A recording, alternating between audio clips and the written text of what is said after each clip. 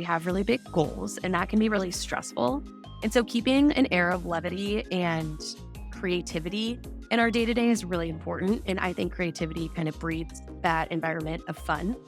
And so I think number one, having fun is fun. If you're having fun at work, you're more likely to produce excellent work.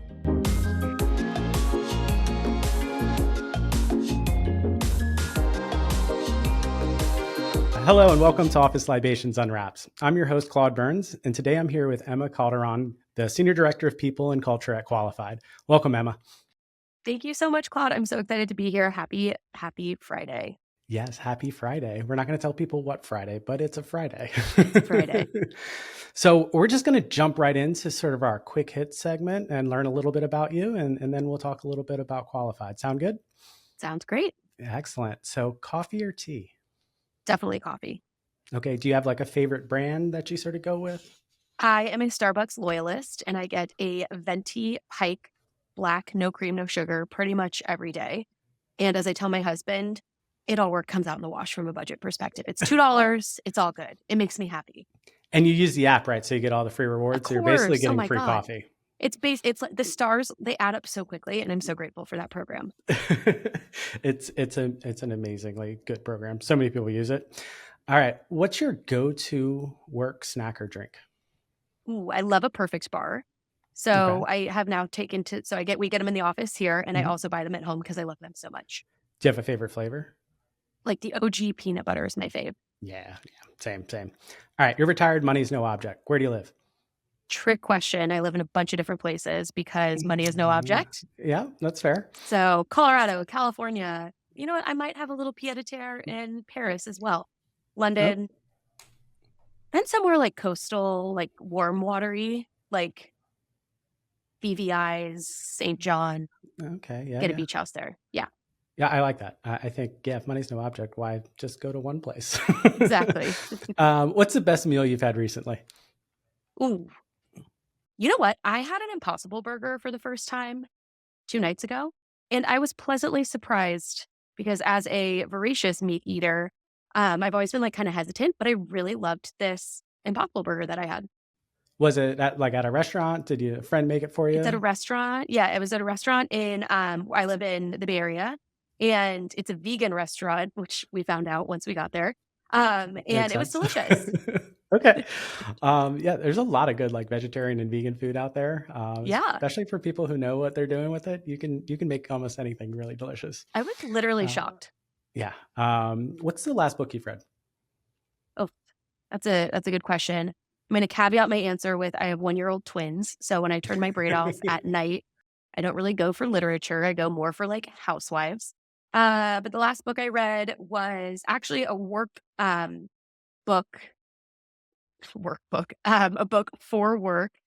Um, Multipliers. I don't remember the name of the author, but it's basically about categorizing different types of employees and how they impact the organization. Okay, yeah, that seems pretty aligned with your role. So, It's top. If nothing else, it's topical to my day job. exactly. So let's start talking a little bit about Qualified and sort of what you do there. So for the listeners, can you kind of explain what Qualified is? Yeah. So Qualified is a pipeline platform for B2B websites to basically optimize your website for conversion. AI is kind of underpinning our Qualified platform, and we offer a suite of tools, if you will, that maximizes website conversions with our live chat, automated chatbots, meeting booking, and our signals product, in addition to marketing offers.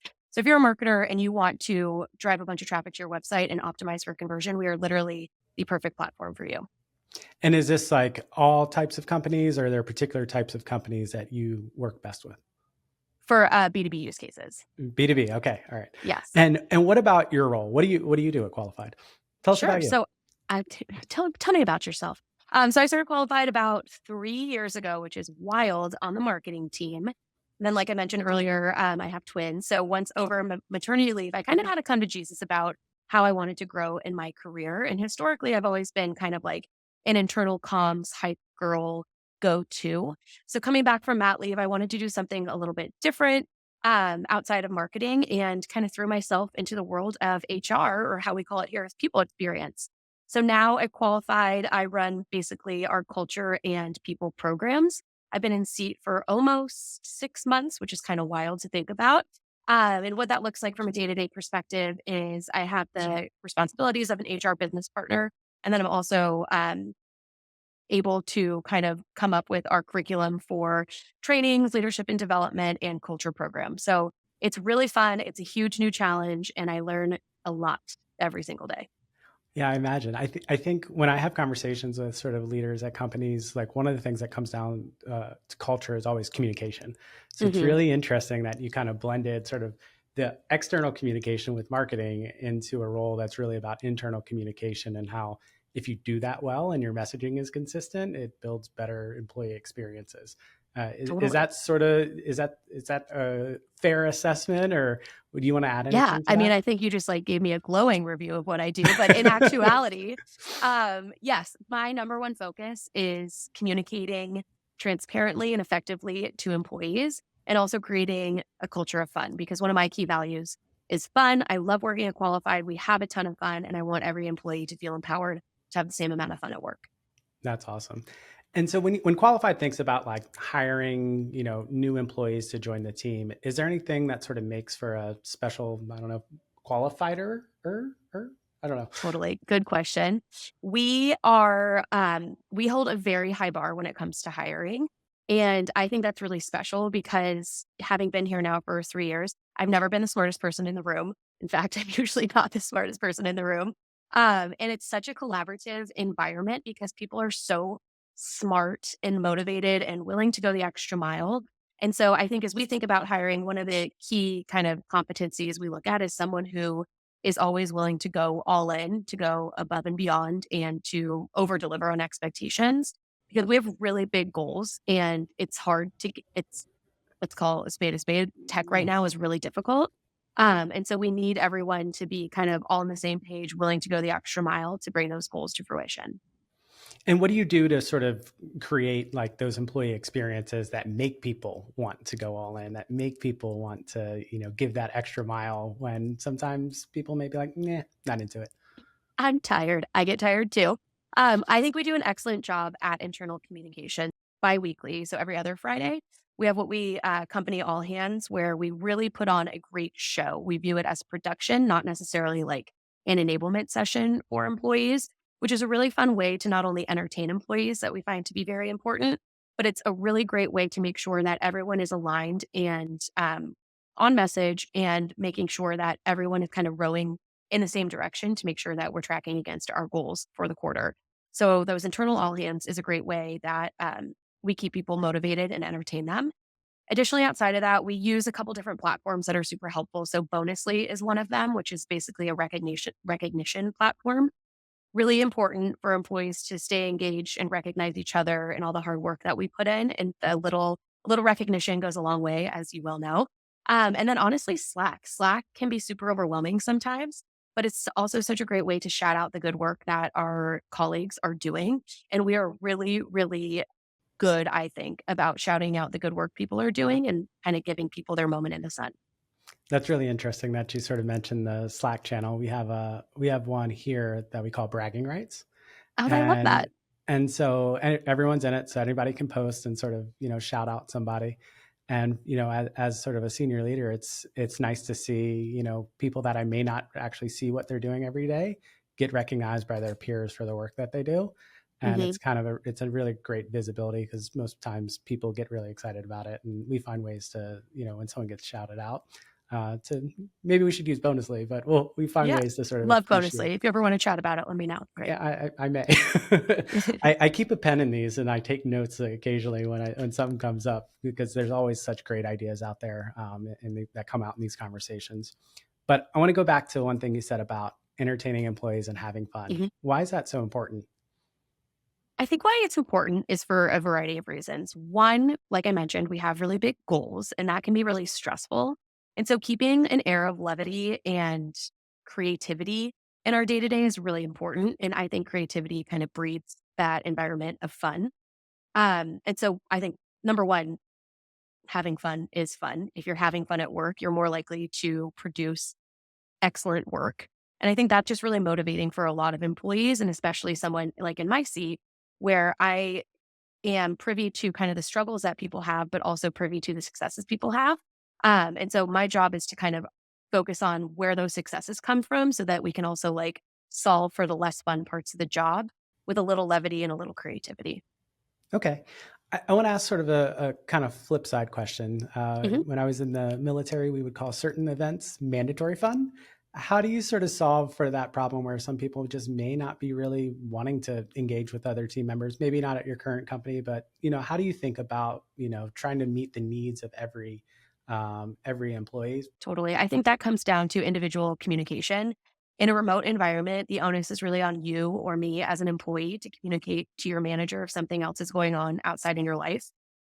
You just mentioned, like, I have twins. There are times when, I can't join a happy hour or I need to get home. And I'm very open about that. And I really think that in this new way of working, the onus is really on the employee to communicate up about what our working hours can be, what our schedules can be like, and really establish those boundaries. And I think that's a huge change from kind of the pre-pandemic years of I don't have that fear of like blocking my calendar for pickup or that fear of blocking my calendar for a kid's appointment or what have you. And I think being just ruthlessly upfront about that does nothing but kind of like a service for an employee who may not be able to show up 100% that day. Yeah, absolutely. But then they may show up 110% the next day. Yeah, exactly. You mentioned you have big goals. A lot of times big goals come with big expectations. So how are you guys sort of measuring sort of what your employees sort of need to do and sort of keeping them track while still keeping them, happy and having a good time working at Qualified? Yeah, love that question. So we use the V2 Mom methodology. Have you heard of the V2 No, Mom before? no, we need to go deep. Let's go. Yes. Okay, perfect. It's a framework that originated over at Salesforce. So most of our C suite came from Salesforce. I used to previously work at Salesforce. Our ties to Salesforce run very deeply here at Qualified. And so the nuts and bolts of this methodology is V2 Mom is an acronym for vision, values. So that's the two V's. And then MOM, MOM, is methods, obstacles, and measurements. So basically, from a company perspective, we set our vision for the fiscal year. We align to our values, which are do not change from a corporate perspective, which are one team, customer obsessed, and think big, move fast. And then from there, our C suite develops what they call their, 9 or 10 methods, which are the priorities for each organization at the start of every quarter. So are we following along so Yeah, far? yeah. The And so, V2 and is when you first say 10? organization, do you mean the company or do you mean like kind of like a department or both? Yeah, so there's different kind of levels to a V2 mom. So we have our Okay. corporate V2 mom, which is what we're still getting through. So we All have right. our vision, our values, and then our corporate kind of methods that are stack ranked by organization. So when I say organization there, I mean product team, marketing team, sales team, people experience team, all that good stuff lives on our corporate V2 mom. Mhm. We identify the obstacles of what may or may not prevent something from accomplishing that work. And then we attach a measurement to each of those methods. So that's at the corporate high level. Then, in turn, as an individual, so for example, as a leader on the people experience team, I take our corporate people experience method and then I kind of from there waterfall down the individual methods that I need to get done for the quarter that ladder up to the priorities of my team, that ladder up to the priorities of qualified for the year or the quarter or whatever that moment of time needs to be.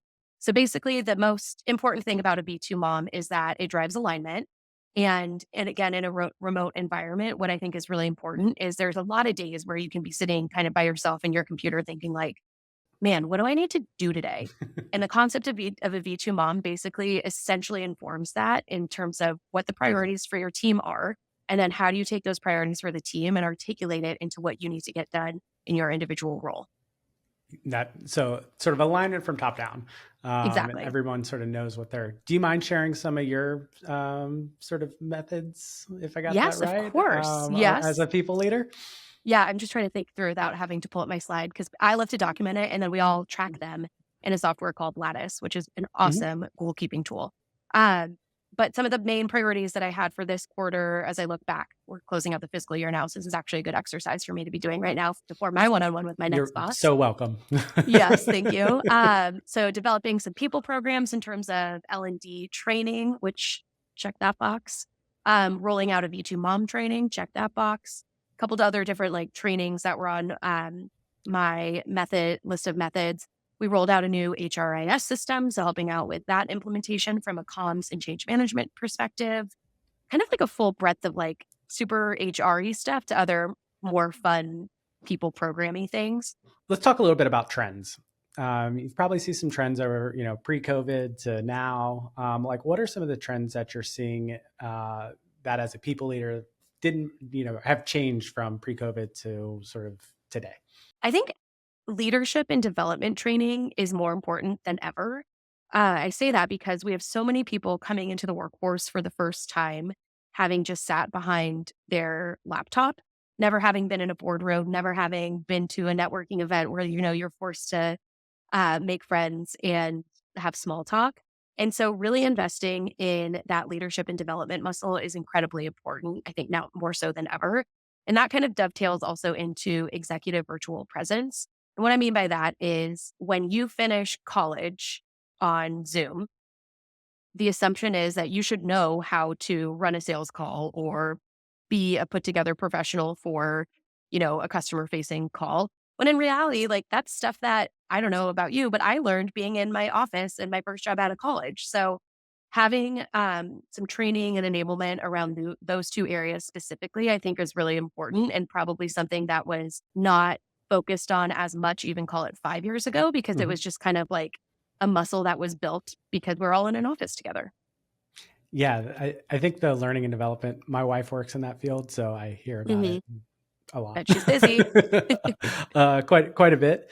But that changed from a lot of L&D was delivered, directly. You'd go to a seminar, you'd go to a class, you'd go there, and now it's done through Zoom or, some other virtual mechanism. But a lot of our day-to-day work has also gone to Zoom, sales calls and everything.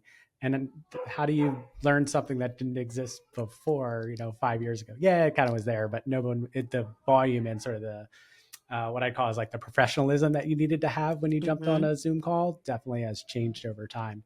Do you see anything else that I would say like younger, newer workers or employees to the workforce are kind of, I don't want to say struggling with, but have sort of changed or new challenges they have to navigate? That's a really good question. I think there is something around kind of like professionalism in digital communications. Like people who are coming into the workforce now have only known the age of the internet, right? Like I remember learning the Dewey Decimal System, then having to go pull out a library book, not like searching something in the library computer and finding it. And so I think that coming into the workforce, having always been on Twitter, always on Instagram, always on some type of social media, there's a certain casualness to their digital communication that doesn't necessarily always translate into a business environment. And that's a really hard habit to break when your entire life has been online. So I think it'll Yeah. be an interesting challenge over the next couple of years of there's all these like memes and TikToks of like how to give feedback to your Gen Z coworker. I don't know if you've seen these, but it's like, Hmm. so when I tell you something, like don't say like, I'm not even going to attempt to speak Gen Z and embarrass myself. Yep. But I definitely think there is going to be kind of a forcing function into developing a more professional sense of self when you're in a professional environment online. Yeah, I think there's going to be this combination, right? It's like Mhm. very formal and like very informal, and sort of blending together, and sort of hopefully taking the best practices from both styles of communication.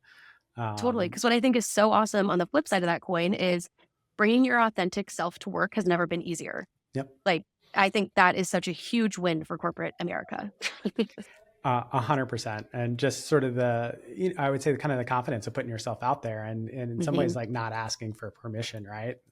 Totally. Because if you've always had a voice, like you're used to using it, And so you get a lot of ideas that may not have kind of happened 15 years ago. Certainly my experience in the military was not, yeah, just blurt out any idea that you kind of Yeah. have. It was like, no, no, no, you're in the meeting, but you're not talking.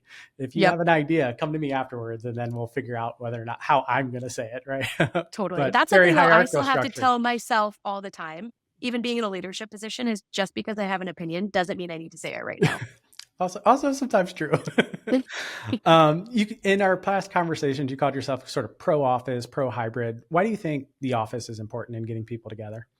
Sure. For a variety of reasons. First and foremost, I do, and like this is like such a high roll, but productivity is so much higher in the office. I don't mean that from like a hours worked in the office. I mean that from a simple, like, oh shoot, this is like really stumping me. I'm going to look next to my colleague right next door who I know works in this department to answer my question instead of going to Slack and saying like, hey, Crystal, I know you're working, like, I need 15 minutes with you, schedule it, get on a Zoom. And that's just kind of like time arbitrage that when you're in person, it's just such a quicker and easier way to communicate. So, from a productivity perspective, that's what I mean by that. Because on the flip side of that, I lost an hour and a half of my day today commuting in. So that's why I'm very pro office and pro hybrid because when it works to come in and collaborate and have fun and get that social aspect of work out too, because again, that's a huge value for me of having fun at work is so important. And that kind of like fills my cup both socially and professionally. But then again, I love being able to be at home and work from home. And I really do feel like this hybrid approach is the best of both worlds.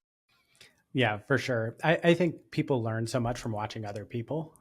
Kind of nerdy, but I remember watching someone actually know how to use Excel, and I was like, oh Yes. my God, Yes. I don't know anything. I don't know Yes. what magic you just did, but that is crazy. How'd you learn that? And he's like, oh, Yep. someone taught me, right? And I think sometimes you don't necessarily have that opportunity to see it unless you're kind of shoulder by shoulder because you're just doing it in a very inefficient way compared to someone who 100%. actually knows what they're doing. Um, Totally. so what kind of tips do you have for, getting the most out of your in office time, right? Does that kind of make sense? Oh, how do yeah, I because get I the have to most when be I go there? yep, I have to be pretty ruthlessly, I have to ruthlessly prioritize my office time because I have to be home by 5. I'm a working mom, so I gotta make sure that my boundaries are protected, and I have to be home for my babies, and I wanna be home for my babies. Mhm. So in order to get the most kind of out of your office time, I'm a huge believer in time blocking and making if I'll be really conscientious of what meetings make sense to have in person, what meetings can wait to be at home. Also working in HR, there's a lot of meetings that it's probably better that I take from home if it's about sensitive subject matter. And so just being really thoughtful about what your calendar looks like and what kind of your objectives are for the day is probably my like top piece of advice of kind of hacking your priority or your productivity in the office rather. So it's recommended that Bay Area employees come in twice a week. We also call employees in when we have an exciting product launch or a board meeting or customers are on site. Like I mentioned, I'm sitting in our studio here. So we have a lot of marketing initiatives in the studio, which is always a draw for people to come in. And I think that's really helpful. There's probably like a consortium of call it 20, 30 employees that are in 3 to 4 days a week. I like to come in 1 to 2 days a week. It just kind of depends on what my schedule looks like. So there's no like formal like tap your badge couple days a week or else it's just like completely at will. And I think that's really been conducive to having people come back and positively in the office. Do you guys feel there's any sort of stratification from that group that's in, 4 days a week to the team that's, the people that are in 1 to 2 days a week to the people that may be fully remote? Interesting question.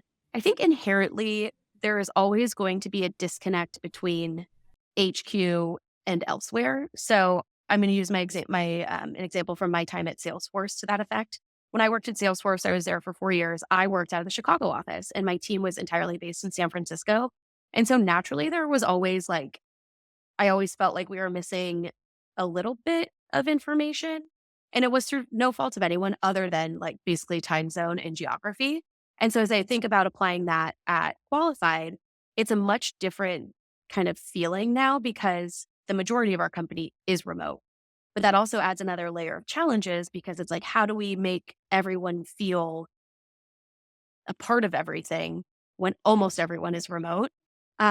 So I feel like there can be disconnects, but to significantly lesser degrees. because more people are remote than not. And so how do How do people we do leader, it? how do we Yes. do that? How do we solve that? Yeah, that's I wish there was like a silver bullet, but alas, there's not. What we do here that I think again we do a good job of is those biweekly all hands calls. When there's like major momentum moments happening at the work, like in our business, we'll have kind of like a last minute all hands calls to use as a rallying cry. And then, really importantly, it's something that we take very seriously is our investment in bringing everyone together for our company kickoff at the beginning of the fiscal year. And that I think is something that is so special because it captures a moment in time with the team on the field who has, this great big agenda set forth for them. And it's an awesome time to come together to celebrate, to be entertained, have some fun, and kind of game plan and strategize for the year to come. That's awesome. I'm down for Vegas trip anytime. So, Me too. I love it. um, are there outside that big sort of kickoff? Do you do anything else at Qualified to sort of bring people together to forge real sort of face to face relationships?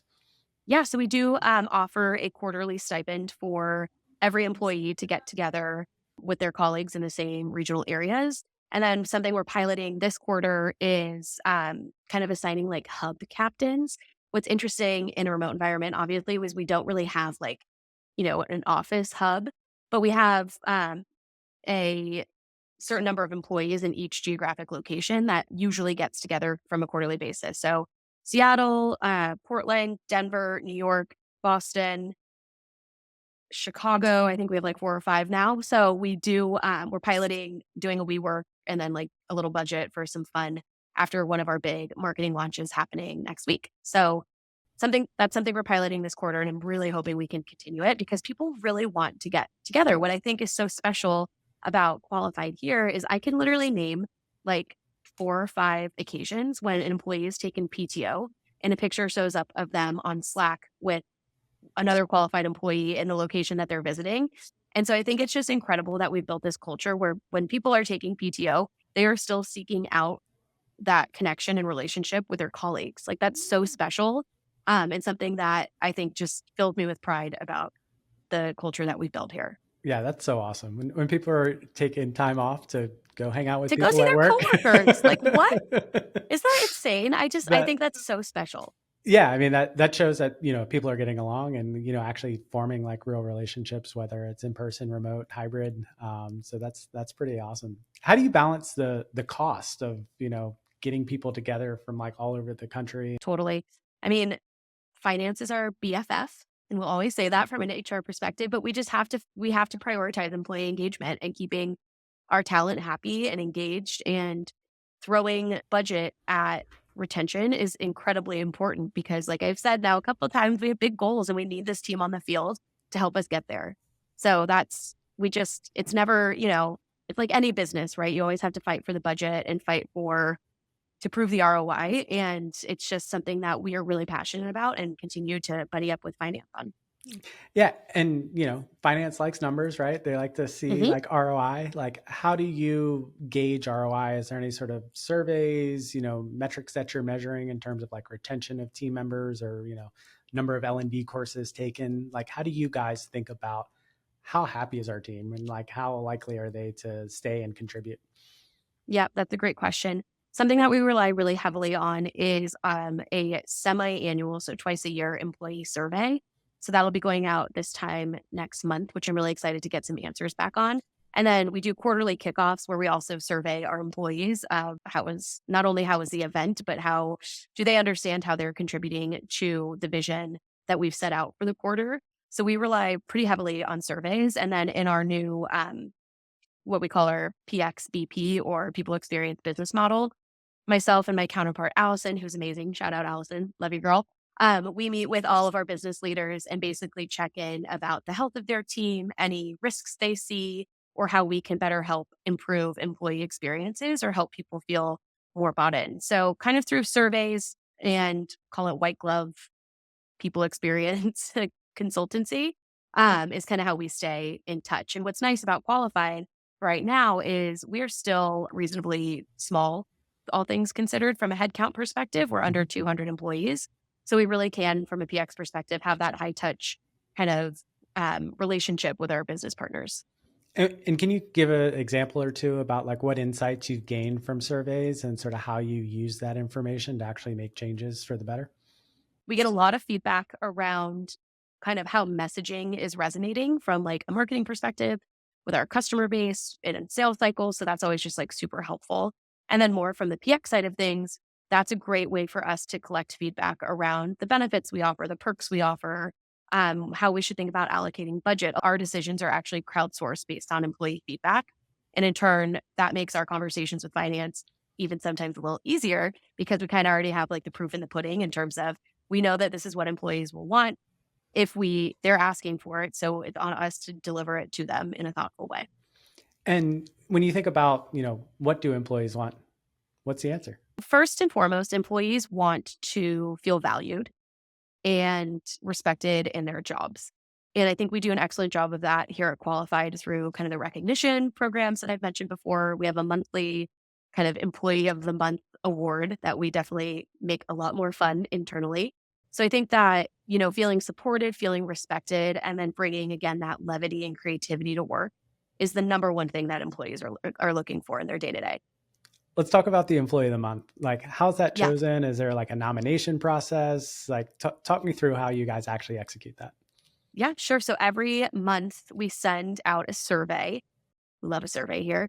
And it's all peer submissions. So I am campaigning the heck out of this guy on the sales team who I think deserves it so much. I've been nominating him for the last, I think, like 10 consecutive months.